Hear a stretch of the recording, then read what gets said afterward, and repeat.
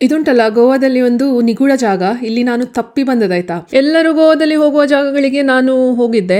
Google ಅಲ್ಲಿ ಹಾಕುವಾಗ ಎಂತೆಲ್ಲ ಜಾಗ ಬರ್ತದೆ, ಬಾರು, ಶಾಕ್, ಬೀಚು, ಚರ್ಚು, ಅದು ಇದು ಅಂತ. ಎಲ್ಲಿ ಸಹ ಹೋದ್ರೆ ಅಲ್ಲೇ ಕುತ್ಕೊಳ್ಳಿಕ್ಕೆ ಆಗುದಿಲ್ಲ ಅಲ್ಲ, ವಾಪಸ್ ಮನೆಗೆ ಹೋಗ್ಬೇಕಲ್ಲ. ಹಾಗೆ ಕ್ಯಾಂಡಲಿನಿಂದ ಮಡ್ಗಾಂವ್ ರೈಲ್ವೆ ಸ್ಟೇಷನ್ಗೆ ಹೋಗ್ಲಿಕ್ಕೆ 1 ಗಂಟೆ ಇರೋದು, ಆದ್ರೆ ನನ್ನ ಹತ್ರ 4 ಗಂಟೆ ಇತ್ತು. ಅದಕ್ಕೆ ಹತ್ರದಲ್ಲಿ ಯಾವ್ದಾದ್ರು ಜಾಗ ಇದೆಯಾ ಅಂತ ಹುಡುಕುವಾಗ ಸಿಕ್ಕಿದ್ದೆ ಈ ಜಾಗ. ಇದು ಗೂಗಲ್ ಅಲ್ಲಿ ಹುಡುಕುವಾಗ ನೋಡಿ, ಒಂದು ದೊಡ್ಡ ಬ್ರಿಡ್ಜ್ ಇದೆ, ಅದರ ಹತ್ರದಲ್ಲೇ ಇದೆ ಫಸಾಡ್ ಆಫ್ ಓಲ್ಡ್ ಸಂಕೊಲಿ ಚರ್ಚ್ ಅಂತ.